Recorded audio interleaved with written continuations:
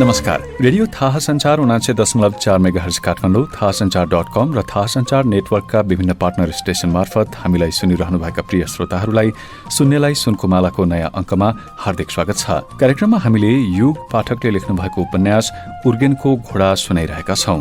उर्गेनको घोडा माओवादी जनयुद्धलाई आधार बनाएर लेखिएका अत्यन्तै सीमित कृतिहरूमध्येको एक हो। यो उपन्यासले छापामार मेहेन्दोको कथा भन्छ।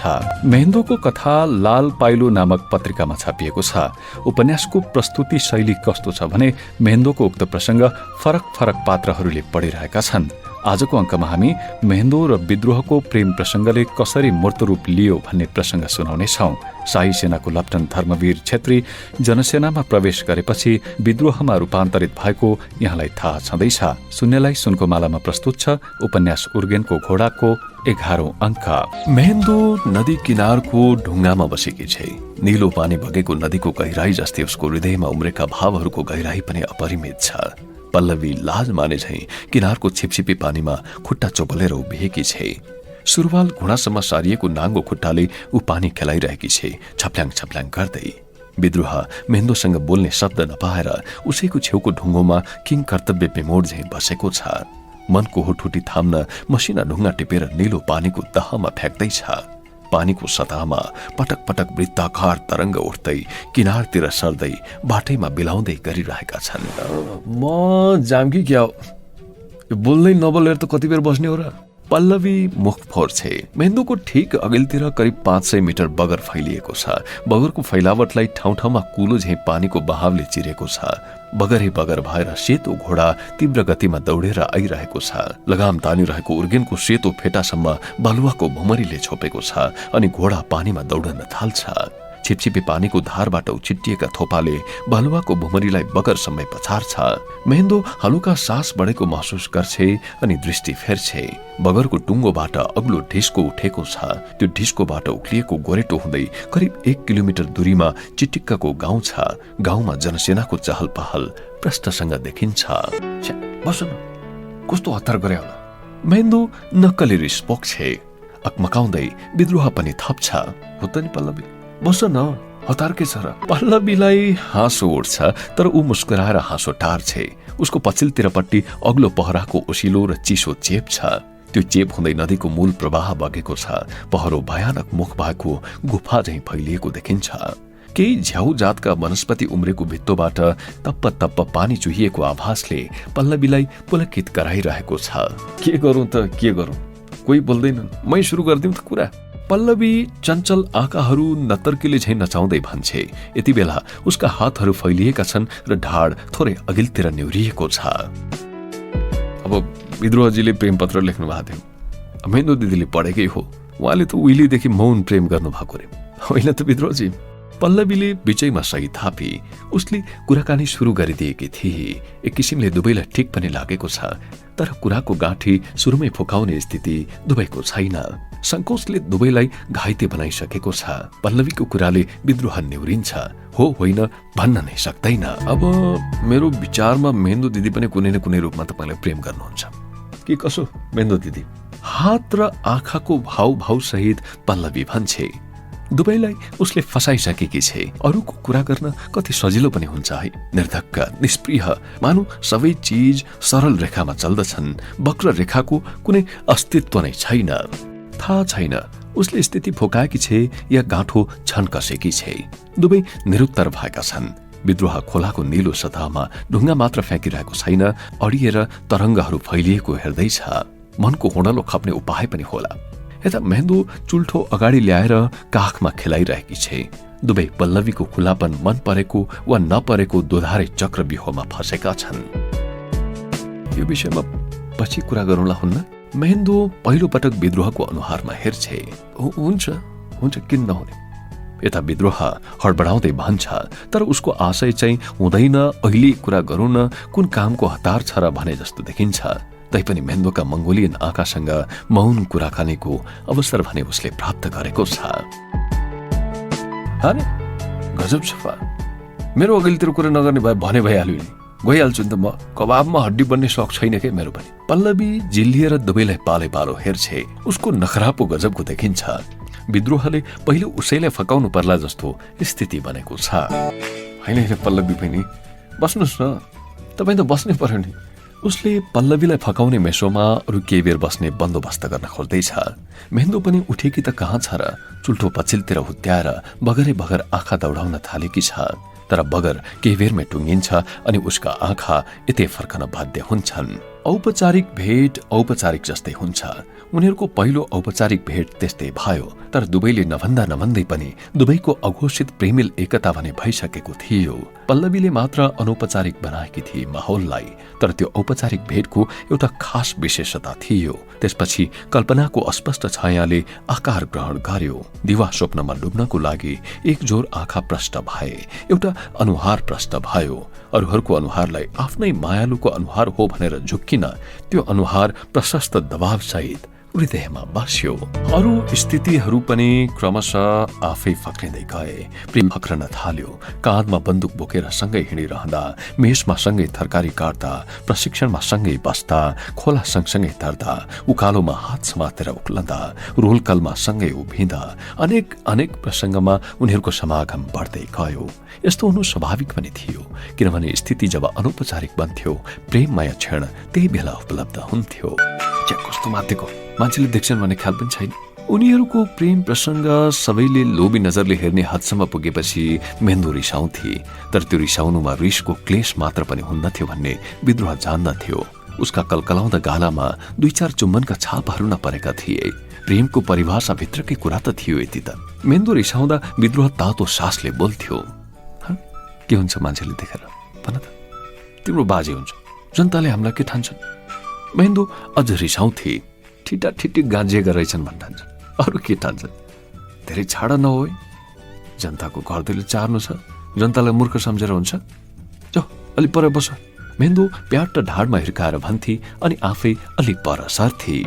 विभत्सभित्र रोमाञ्चको खोज। ब्रिगेड कमान्डरको हैसियतमा उसले अनुभव गर्ने कुरा अरू के हुन्थ्यो र?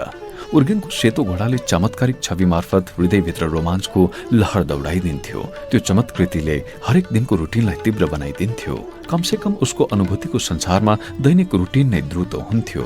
मानौ ऊ त्यो वायुपंखी हिमाली घोडामा चढेर ब्रह्माण्डको सफरमा निस्केको हुन्थे।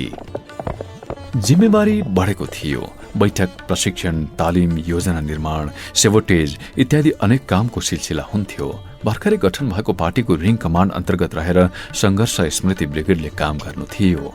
ब्रिगेड त ब्रिगेड, तर नियमित सेनाको जस्तै एउटै ब्यारेकमा बस्ने सम्भावना हुँदैन थियो। रिङ क्षेत्रभरि फैलिएका थिए विभिन्न टुकडी। ब्रिगेड हेडक्वार्टरबाटै सेटेलाइट फोन मार्फत सबै टुकडीहरूसँग सम्पर्क गरिरहन्थे कमान्डर मेहेन्दो। तरै रिङ कमान्ड समितिको बैठक सकियो। रिङ क्षेत्र भनेर याम्बुको वरिपरि रिङ जस्तो भएर रहेको भूगोललाई परिभाषित गरिएको थियो। मेहेन्दोको मनमा उहिले बनेको ताम्सलिङ आदि भूमिको नक्सा जस्तो थियो रिङ क्षेत्रको नक्सा। उसले त्यो नक्सा साथै बोक्ने गरेकी थिए। त्यो नक्सा फैलाएर जब ऊ घोत्लिन्थे तब उर्गेनको घोडा उडन तस्तरी जस्तो तीव्र वेगले उसको वरिपरि चक्कर काट्न थाल्थ्यो। वेग यति द्रुत हुन्थ्यो कि उडन तस्तरीको अनुभूति त हुन्थ्यो, तर हावा जस्तै अदृश्य। उसले कतै सुनेकी थिए प्रकाशको गतिमा दौडिने चीज अदृश्य हुन्छ रे। रणनीतिक प्रत्याक्रमणको रनको अब लागिसकेको थियो। अब प्रत्याक्रमण अर्थात् निर्णायक हमला अर्थात् याम्बुमाथिको चढाई। बैठकले याम्बु हान्ने पार्टीको योजना अनुमोदन गर्यो। मेहेन्दोलाई अद्भुत क्षण जस्तो महसुस भयो। ताम्सलिङ आदि भूमिको कल्पना गरेको समय सम्झी। त्यो कल्पनाको संसारमा नै पहिलो पटक उर्गेनको सेतो घोडाको अद्भुत दृश्य उसले देखेकी थिए। उसको मनले भन्यो, उर्गेन, तिम्रो रगतबाट नयाँ टोटलाको रुख अब उम्रनेछ। याम्बुमा, ताम्सलिङमा अनि तरबार जस्तो लाम्छो लाम्छो सेता सेता फूल फुल्नेछन्। यसरी उसले आफैले फुल्याएकी थिए अनि आफैलाई उत्प्रेरित गरेकी थिए। पुरानो सत्ताको मुटु, उसको राजधानी, त्यही घेर्नको लागि रिङ कमान्ड अलग भूमिका सहित गठन गरिएको। रिङका अधिकांश जनता उत्पीडित छन्। विशेषतः पुरानो राज्यले असाध्यै हेला गरेको तामाङ जातिको उल्लेख्य जनसङ्ख्या छ। तामाङ जाति इतिहासदेखि नै दरबारसँग लडेर आएको जाति।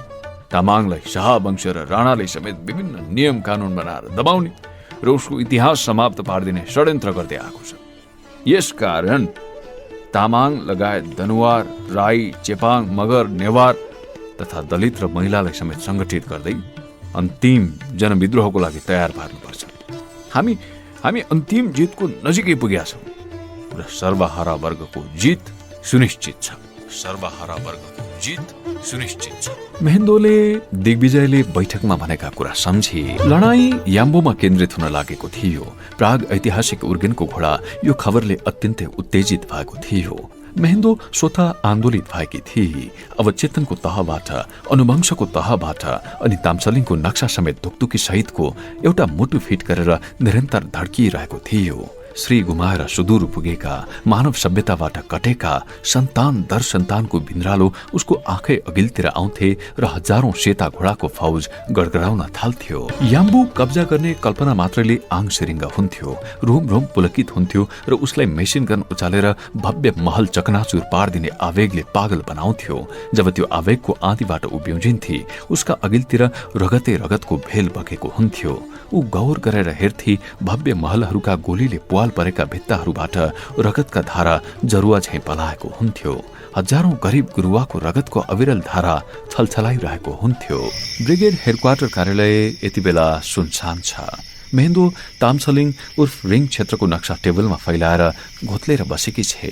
नक्सामा रातो चिन्ह ठाउँ ठाउँमा देखिन्छ। हरेक रातो टाटो भएको ठाउँमा ब्रिगेड अन्तर्गतका विभिन्न कम्पनी, प्लाटुन इत्यादि काममा खटेका छन्। यही बेला टेबलको एउटा छेउमा राखिएको सेटेलाइट फोनमा घण्टी बज्छ। ऊ निदाउरो आँखाले घुरेर फोनलाई हेर्छे, त्यसको एन्टेनालाई हेर्छे अनि स्विच थिचेर फोन कानमा टाँस्छे। फोनले कुनै दुर्घटनाको खबर पनि ल्याएको हुन सक्थ्यो। फोनको बानी नै त्यस्तो हुन्छ, तर महेन्द्र निष्क्रिय छे, प्रतिक्रियाहीन। हेलो महेन्द्र? हजुर भन्नुहोस्। ल तिमीले नचिनेको छोरी कस्ती छे अनि ब्रिगेड कमान्डर महेन्द्र कस्ती भयो नि? निष्पट्ट अन्धकारलाई चिर्दै उज्यालोको एउटा पुञ्ज आइपुगे झैं हृदय उज्यालियो महेन्द्रको। उसलाई खुसीले चिच्याउन मन लागेको थियो, तर कति मन लागेका कुरा मनमा नै थामथुम गर्नुपर्ने हुन्छ।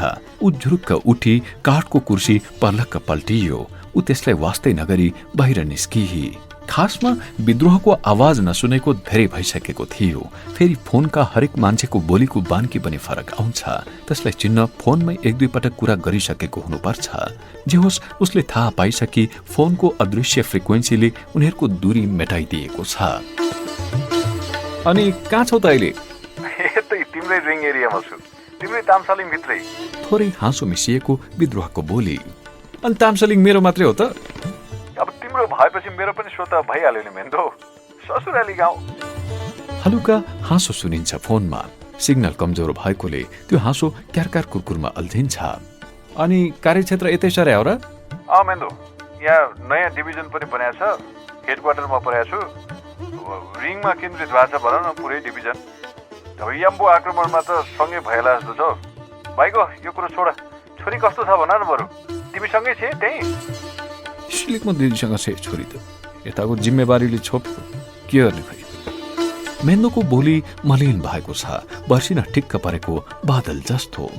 अनि महेन्द्र, सुत्केरी भएपछि त स्लिम भयो होला नि? विद्रोह ठट्यौलो प्रश्न गर्छ। महेन्द्र रुन्चे मुस्कुराउँछे। हेर्न आउ न त। लाडिएको बोली, रुन्चे, कमजोर प्रकारको, कमान्डर पनि नभएको, सम्बन्धहरूको जालोमा फुल्ने मायाले भरिएको, जसले युद्धहरूको भयानकताको अन्त्य गर्छ। बिल्कुल नाजुक बनाइदिन्छ मनलाई र मान्छे हातबाट बन्दुक खसेको पनि पत्तै पाउँदैन। अब यस्तै हो महेन्द्र, हेर वार्ता मिलेको भए हामी पनि सँगसँगै हुन्थ्यो। हेर छोरी पनि अरूको जिम्मा छोडेर हिँड्नु पर्दैन थियो होला। तर के गर्छौ, रगत पुगेर रहन्छ यो देशलाई। विद्रोह परिस्थितिको छोटो व्याख्या गर्छ, साथसाथै आफ्नो तिर्सना पनि अभिव्यक्त गर्छ। यही बेला महेन्द्रको मनमा सङ्घर्षदायीको छेद विच्छेद अनुहार उपस्थित हुन्छ। ऊ टाउको झट्कारेर त्यो दृश्यबाट भाग्न चाहन्छे। हेर नै, छाती टन्किरहेछ, यता दुध खेर गइरहेछ, उता सपनामा छोरी रोएर बिउजाइदिन्छ। कस्तो पीर लाग्छ भने बेला बेला। अब मन बुझाउनु पर्छ महेन्द्र, धेरै साथीहरूले घर छोडेका छन्, छोराछोरी छोडेका छन्, हामीले मात्रै हो र। मन बुझाउने प्रेस्क्रिप्सन दिए झैं बोल्छ विद्रोह, तर उसलाई पनि रुला रुला जस्तै भएको छ। आँसुको बाँध फुटिहालेको भने छैन। ऊ बाँधमा छचल्किरहेको पानी छेक्न पर्खाल अग्लो बनाउँदैछ। उसको दाहिने हात सुस्तरी आफ्नै कपाल लुस्न व्यस्त छ। अब तिमीलाई थाहा छँदैछ महेन्द्र, याम्बु हान्ने तयारी भइरहेछ र यो लडाईँ चाहिँ मलाई अन्तिम भइसके जस्तो लाग्छ। हेर युद्धले घेरा हालेर राजनीतिले जित्ने भनेर भनिरहेछन् नेताहरू पनि। अब कामै कामको बेला पर्यो, छोरी भेट्ने कत्रो मन थियो, खै अब त के हो अब शहीद भइएछ भने माथिबाट हेरौँला, नभए सानी मेहनतलाई काखैमा राखौँला कुनै दिन। ऊ बोल्दा बोल्दै धेरै भावुक भइसकेको छ। भक्कानो छुटे झैं वाक्य अड्किएको छ। बोलेका शब्दहरू पनि विच्छिन्न छन्, छरिएका। आँखामा आँसुको जालो लागिसकेको छ र ऊ संसार जलमग्न देख्न थालेको छ। यता मेन्दु पनि भक्कानिएर रुन्छे। उसले सुक्क गरेको आवाज क्यार क्यार गरिरहेको फोनबाट पनि प्रष्ट सुन्छ विद्रोह र पछताउँदै आँसु पुस्न थाल्छ। फोन एकछिन एकोहोरो क्यार क्यार गरिरहन्छ। उनीहरू मौन छन्, दुवै आहत। हृदयको भित्री तहमा हलचल पैदा भएको छ। नरुनुपर्ने विषयमा रोइरहे जस्तो पनि लागिरहन्छ, तर मानवीय स्वभाव हो। जस्तो सुकै स्थितिमा पनि रुवाईको खास अर्थ हुन्छ, खास चरित्र हुन्छ। अन्तमा क्यार क्यार गर्दै फोन काटिन्छ। मेन्दोलाई बल्ल याद हुन्छ उसको छेवैमा पल्लवी उभिएकी छे, आँखाभरि आँसु लिएर। रुमालले नाक पुस्दै आमा कमान्डरको कुनै कविता सुने झैं, कुनै भावुक गीत सुने झैं आभासले उसलाई ग्रस्त पारेको छ। उर्गेनको घोडा हिँडिनाएर हावा आन्दोलित हुँदा विश्व विजेता कमान्डर जस्तो हुने मेन्दो काखकी छोरी काखमै नहुँदाको पीडामा छटपटिँदा भावुक आमा भएकी थिए। उसको छाती बेसकरी टन्किरहेको थियो। छोरीको सम्झना बाढी जस्तो आयो र उसको सामुन्ने छरिएको मौनता नै चित्कार जस्तो हुन थाल्यो। कमब्याक सर्ट दूधले भिजेको रहेछ। मानसिक दबावले दूधको बहाव झन बढाइदिएको थियो। पल्लवी सुक्क गर्दै सुदूर पहाडको तरेलीमा एकोहोरी आफूलाई फकाउने उपक्रम स्वरूप। मानिसको चहल पहल थिएन हेडक्वार्टरमा, कुनै तत्कालको काम पनि थिएन र स्थिति पनि सामान्य थियो। ऊ फटाफट हेडक्वार्टर बसेको पुरानो घरभित्र गई। बेहुसीले छोपेको थियो, ढोकामा न्यौरिन नपुगेकोले टाउको ठोकियो। सुमसिम्याउँदै ऊ कोठाभित्र पुगी। कुनामा केही टपरीहरू छरिएका थिए। उसले एउटा टपरी टिपेर ल्याई र फटाफट कमब्याक सर्ट खोली। भरिएका पुष्ट स्तनलाई ध्यानले हेरी अनि उसले टपरीमा दूधका धाराहरू थापी। दूधका धाराहरू निचोरिन्जेल उसका आँखामा समुद्र छचल्किएको थियो। हिक्काले छाती तलमाथि भइरहेको थियो। टपरीमा टिलटिल दूध भरियो अनि छाती शान्त भयो। अब आमा मेन्दो शान्त भएकी थिए। अब ब्रिगेड कमान्डर मेन्दो ब्युजन जरुरी हुन्थ्यो। मृत्यु मृत्यु अनि मृत्यु। झिल्कोले क्षणभर रोकिएर फेरि भन्यो, अनि यो जनयुद्ध हो कि मृत्युको उत्सव? उसका कुरा सुनेर मेन्दो अवाक भई। उसँग न त जवाफ थियो न त झिल्कोलाई सम्झाउन सक्ने ताकत नै।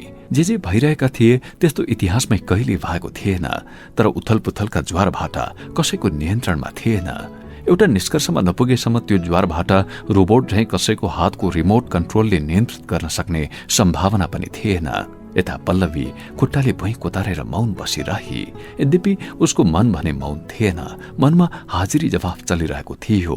झिल्कोको कुरा 100% गलत थिएन भन्ने उसलाई पनि लागिरहेको थियो। यता झिल्को बोल्दै गयो, मोर्चामा मर्नु छँदैछ, दुर्घटना पनि उत्तिकै हुन्छन्। कोही साथीहरू बम बनाउँदा पड्केर मर्या छन्, कोही फेरि हिउँले पुरिएर मर्या छन्। गाउँ घर सहर बजारमा अब त मृत्युको खबर भन्दा अरू केही पनि छैन। संवेदना भन्ने चीज बाँकी नै रहेन। मृत्युको खबर भने अब त एकदम सामान्य भइसक्यो। कसैलाई खोज्नै छोड्यो। मरेको साथी नभन्नुहोस्, शहादत भन्नुहोस्। व्यक्तिगत स्वार्थको घेरा नागेर देश र जनताको निम्ति शहादत हुनु र तुच्छ स्वार्थको लागि मर्नु फरक कुरा हो। मेन्दोले बिचैमा कुरा काटे। ऊ निकै औपचारिक भएकी थिए। उसलाई मृत्युको कुरा हलुका भए चाहिँ लागेको थियो। यो चित्त बुझ्ने कुरा थिएन। झिल्को जुन प्रसङ्गमा मृत्यु उत्सवको कुरा गर्दै थियो त्यो भने नाजवाफ पार्ने खालकै थियो। झिल्को यति धेरै उत्तेजित र फुटेको सिसा चाहिँ छेत विच्छेद हुनु स्वाभाविक पनि थियो। यद्यपि उसको आक्रोशको अभिव्यक्ति केही हदसम्म बहकिएको थियो। भन्नलाई त दुर्घटना भनिएको थियो, तर दुर्घटना शब्दले त्यो घटनाको भयावह स्थितिलाई बयान गर्न सक्दैनथ्यो।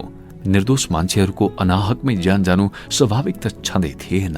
त्यसमाथि पनि जो जनता नामको पोखरीमा माछा झैं खुलेर बस्नुपर्ने हुन्थ्यो, जसलाई जनताकै निम्ति यत्रो लडाईँ छेडिरहेको आत्मविश्वासले ऊर्जा दिन्थ्यो, देशैभरि डडेलोसरी जो गाउँघरमा फैलिएको थियो, उसैले त्यत्रो विभत्स स्थितिको सृजना कसरी गर्न सक्थ्यो?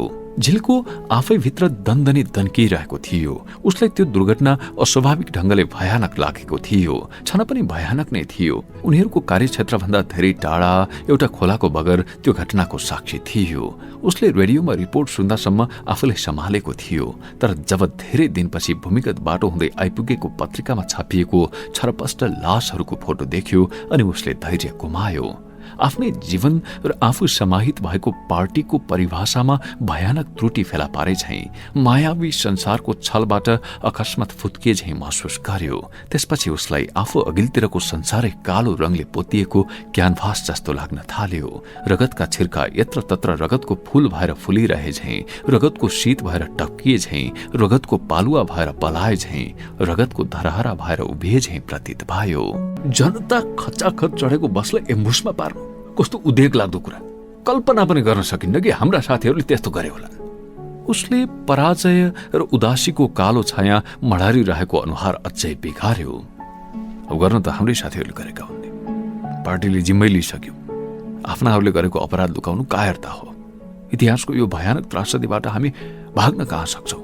हामीले पनि आफ्नो भागको जिम्मा लिनुपर्छ। पल्लवीले दृढतापूर्वक निर्णय सुनाई। तर पल्लवीजी, म जिम्मा लिन्न, बुझ्नुभयो? झिल्को लगभग चिच्यायो। उसको चिच्याहटले नजिकैको नास्पतिको रुखमा बसेका चराहरू उडे, आरुका फूलहरू झरेर हाँगाबाट हम्फाले, चिसो सिरेटो चल्दा चल्दै टक्क रोकियो। महेन्द्र र पल्लवीले झस्केर झिल्कोलाई हेरे। ऊ जुरुक्क उठेर उनीहरूलाई नै घुरेर हेर्दै थियो। उसका हातहरू काँप्दै थिए। निधारमा पसिनाका मसिना थोपा र अनुहार आक्रोश तथा विरक्तिले उदासिएको थियो। म त्यस्तो अपराधको जिम्मा लिन्न। म मृत्यु उत्सवको जिम्मा लिन सक्दिन। म भावुक मान्छे हुँ। अपराधीहरूको विरुद्ध लड्न क्रान्तिकारी भनेको घरमा खाना लाउन पुगेकै थियो। तर जीवनको उद्देश्य खाना लाउनमै सीमित राख्न सकिन मैले। त्यसैले जीवनको उद्देश्य खोज्न पार्टीमा लागे। अपराधीहरूलाई मारेर हेर्नुहोस्, मलाई कहिल्यै पछुताउ भएन। तर यो त ओह विभत्स। उसले लगभग चिच्याएर यति बोल्यो, तर अकस्मात सुस्त भएको अन्तिम वाक्यको टुक्राहरूसँग रुन थाल्यो। छातीभित्रको तातो बाफ आँसुका तातो ढिक्काहरू बने। ऊ थचक्क बस्यो र केही बेर घुँडामा मुन्टो लुकाएर रोइरह्यो। महेन्द्र र पल्लवी अवाक भइरहे। महेन्द्र उठेर उसको छेउमा गई, आरुको बोटको ठिक मुन्तिर। उसको कपाल सुमसुम्याई। कपालमा अल्झेका आरुका गुलाबी फूलहरू भुइँमा खसे। उसले टाउको उठाएन, तर प्रेमिल अनुभूतिले उसलाई अझै बिह्वल तुल्यायो। ऊ हिक्का हिक्का गर्दै रुन थाल्यो। मर्न त जनताको भागमा सधैँ मर्ने लेखेको छ। सामन्ती सत्ताको कानूनमै जनताको भागमा मृत्यु लेखिएको छ। सिठामोल खान नपाएर मर्ने, जीवनजलको थोपा नपाएर मर्ने, भाडीले बगाएर मर्ने, औलो लागेर मर्ने, भोकमरीले मर्ने, भिरबाट गोल्टिएर मर्ने, खोलामा डुबेर मर्ने, मेसिनमा चेपिएर मर्ने, ट्रकले कुल्चिएर मर्ने, पुलिसको गोलीले मर्ने, साहुको ऋणमा डुबेर मर्ने, सेनाको बलात्कार सहन नसकेर मर्ने कति कति लक्षणहरू छन्। मार्ने सत्ता एउटै छ। जनताको रगत चुसेर बाँच्नेहरू महलमा बस्छन्, जनता सधैँ बोके मर्छन्। यो सत्ताको विरुद्धमा बन्दुक उठाउन जरुरी थियो, तर फेरि बलिदान हुनु पनि जरुरी नै थियो। फेरि पनि जनता मर्न तयार छन् भने गरिबमा र व्यवस्थाको विरुद्ध विद्रोह गरेर। महेन्द्र सुस्त स्वरमा भन्दै थिए। उसको आवाजमा पनि उदासी थियो, निराशा थियो, तर हृदयको कुनामा दबेर रहेको थियो आत्मविश्वास। झिल्कोले टाउको उठाएको थिएन।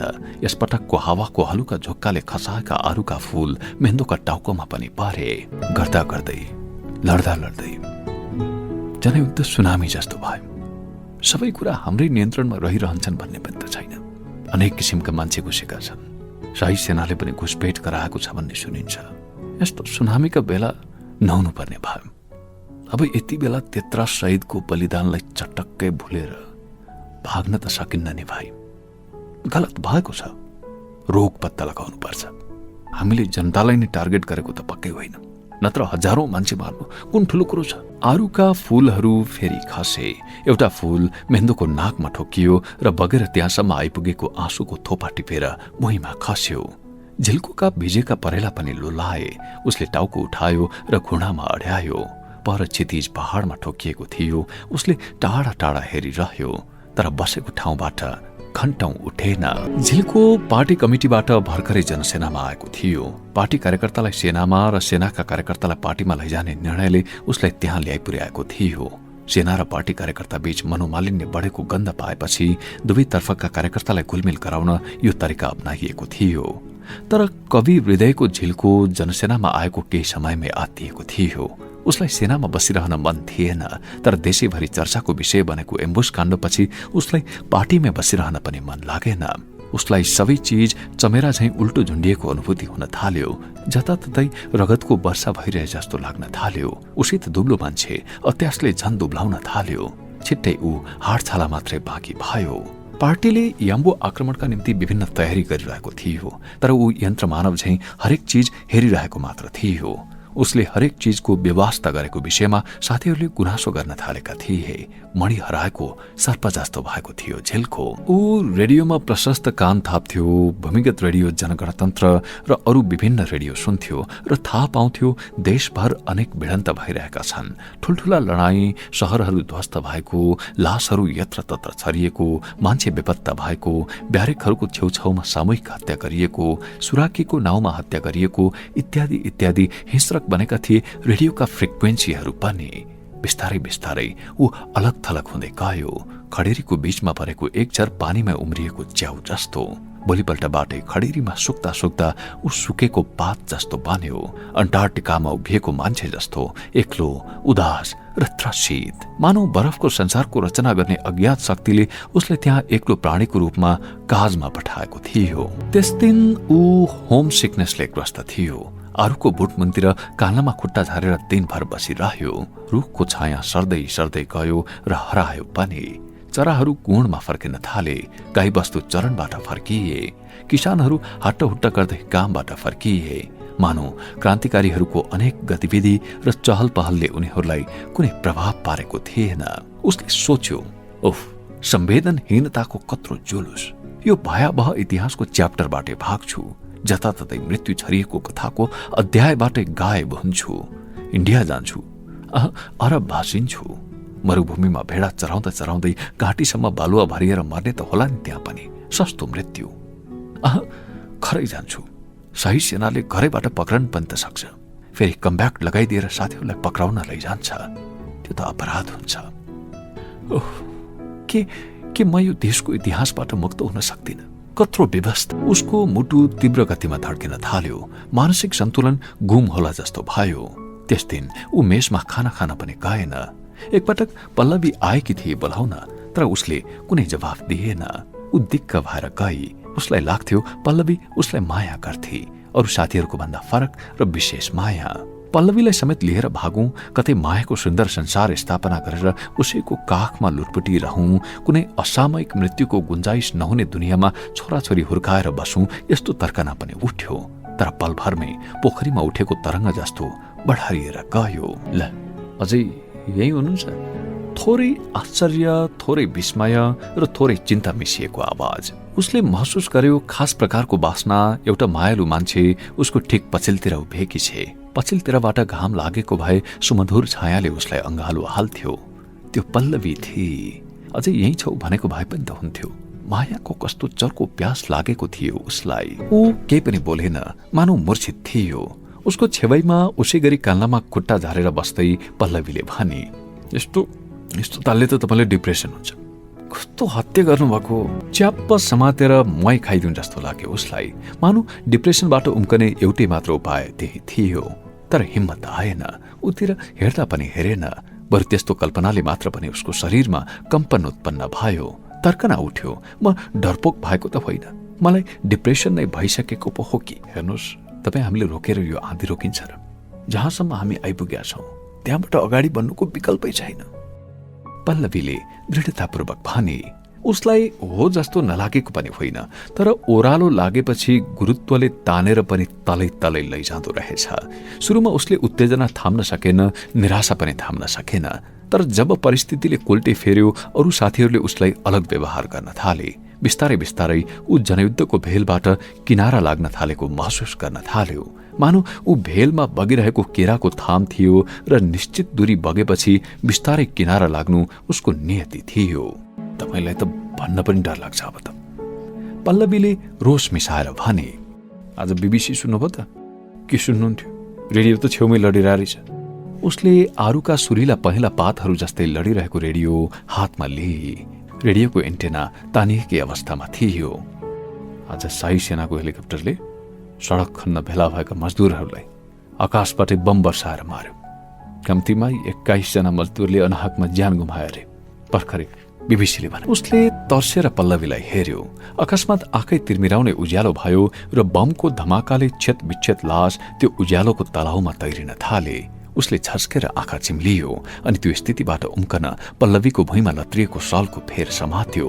अँध्यारोमा अनुहारको भाव त पढ्न सकिँदैन थियो, तर पल्लवी उदास थिए भन्ने अनुमान लगाउन उसले ढिलो गरेन। तैपनि ऊ अझै बोलेको थिएन, मानो मूर्तिमा परिणत भएको थियो।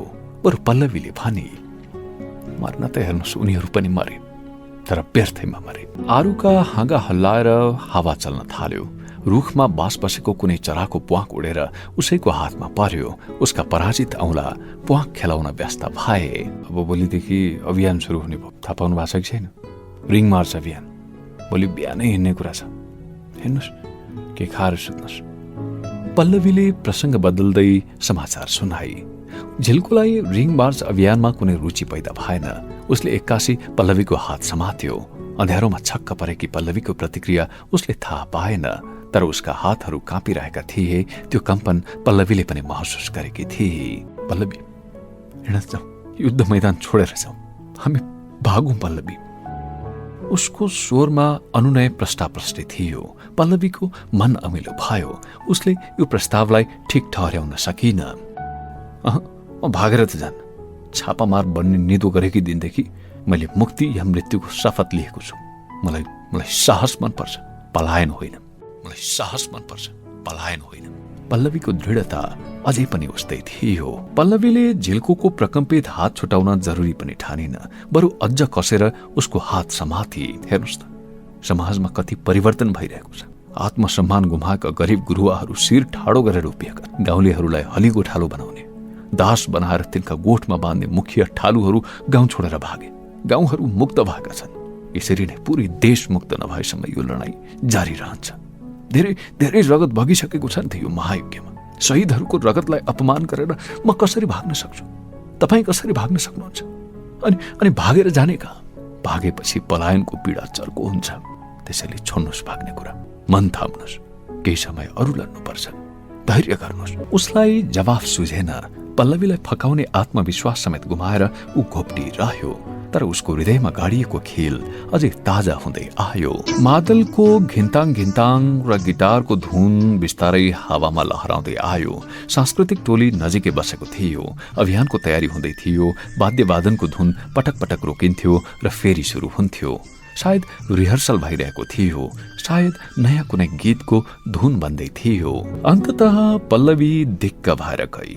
साइकोसिस, मनोवैज्ञानिक समस्या। उसलाई लाग्यो झिल्कोको दिमागले परिस्थितिलाई धन्न सकिरहेको थिएन। भोलिपल्ट मंगलबार बिहान सबेरै हिँड्ने टुङ्गो भएको थियो, तर त्यो सबेरै कति बजे हो तोकिएको थिएन। युद्धको बेला केही ठेगान पनि हुँदैन। सोचिएका कुराहरू हुँदैनन्, नसोचिएका कुराहरू हुन जान्छन्। पहिले पहिले ढिलो हुनुलाई नेपाली समय भन्थे। युद्धकालमा क्रान्तिकारी समय भन्ने वाक्यांश विकसित भएको थियो। मतलब अक्सर ढिलो भइरहन्थ्यो। अभियान टोली ढिलो गरेर रिङ मार्चमा निस्कँदा 11 बजिसकेको थियो। हिँड्ने बेला पल्लवीलाई झिल्कोको याद आयो, तर ऊ भेटिएन। उसले आफ्नै सुरले सेल्टर बदल्यो। होइन रहेछ, बिहान सबेरै उठेर ऊ हिँडिसकेछ। ऊ युद्ध मैदानबाट भाग्न चाहन्थ्यो, भाग्यो। कहाँ गयो कसैलाई थाहा भएन। पल्लवीलाई नमिठो लाग्यो। उपन्यास उर्गेनको घोडाको 11औं भाग यही सकिन्छ।